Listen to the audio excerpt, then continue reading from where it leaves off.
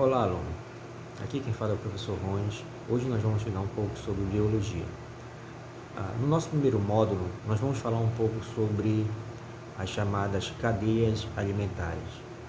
Para nós entendermos um pouco sobre cadeias alimentares, nós precisamos entender que no mundo, na natureza, existe uma interdependência entre os seres, entre os animais. Nós vamos observar que dentro de uma cadeia alimentar existem os chamados produtores e existem os chamados consumidores e também os decompositores. Mas, por hora, nós vamos entender um pouco sobre os produtores e os consumidores. Os produtores, geralmente, eles são autótrofos. Autótrofo significa seres que conseguem criar o seu próprio alimento, não dependendo de outro ser diferente dele. Diferente dos seres heterótrofos, ou seja, hétero, diferente, que seriam os consumidores. Esses consumidores eles sempre precisam de um outro ser, de um outro animal dentro dessa cadeia alimentar. É interessante que dentro dessa relação de interdependência da cadeia alimentar, esse consumidor, quando ele vai se alimentar de um outro ser, ele acaba adquirindo a matéria e a energia para, podemos dizer, a sua subsistência. É como se pensasse no ser humano. O ser humano ele precisa de um alimento, ele precisa da água para poder sobreviver.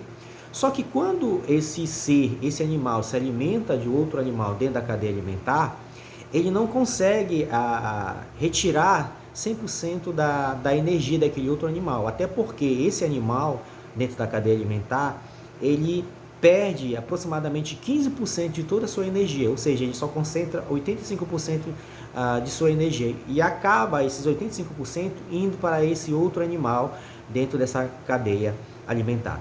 Mas aí nós podemos pensar o seguinte, e esses seres autótrofos que não precisam de outro ser para se alimentar, que criam seu próprio alimento? Esses seres autótrofos que estão no início dessa cadeia alimentar, que seriam chamados produtores, eles passam por um processo que nós chamamos de processo de fotossíntese, onde esses seres eles começam a captar a luz do sol e de lá eles começam, através de um processo químico, produzir seu próprio alimento e também gerando alimento para outros seres. Então, por isso que eles não dependem de outro ser para a sua própria subsistência. Já dentro dessa cadeia alimentar, nós vamos observar que há uma relação. Por exemplo, os produtores que estão dentro dessa cadeia alimentar, geralmente são as plantas.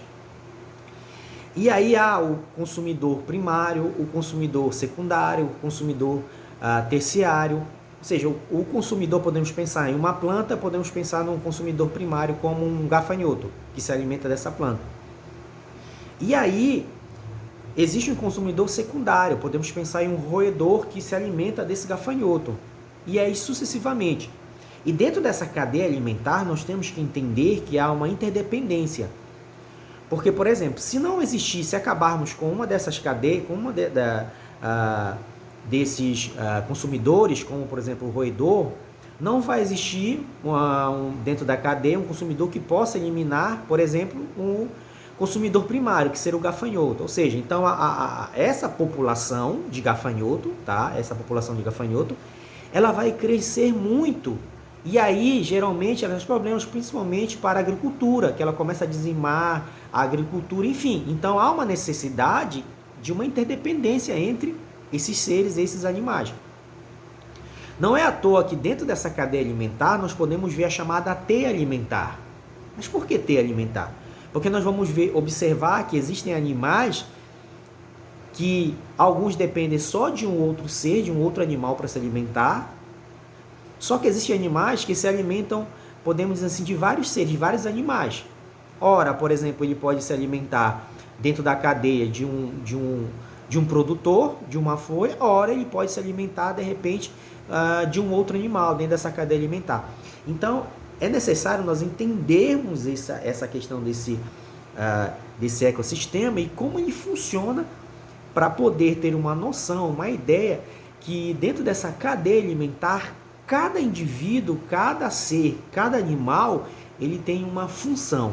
E essa função ela deve ser o que? Seguida, para que possa ter, que nós chamamos de equilíbrio no ecossistema.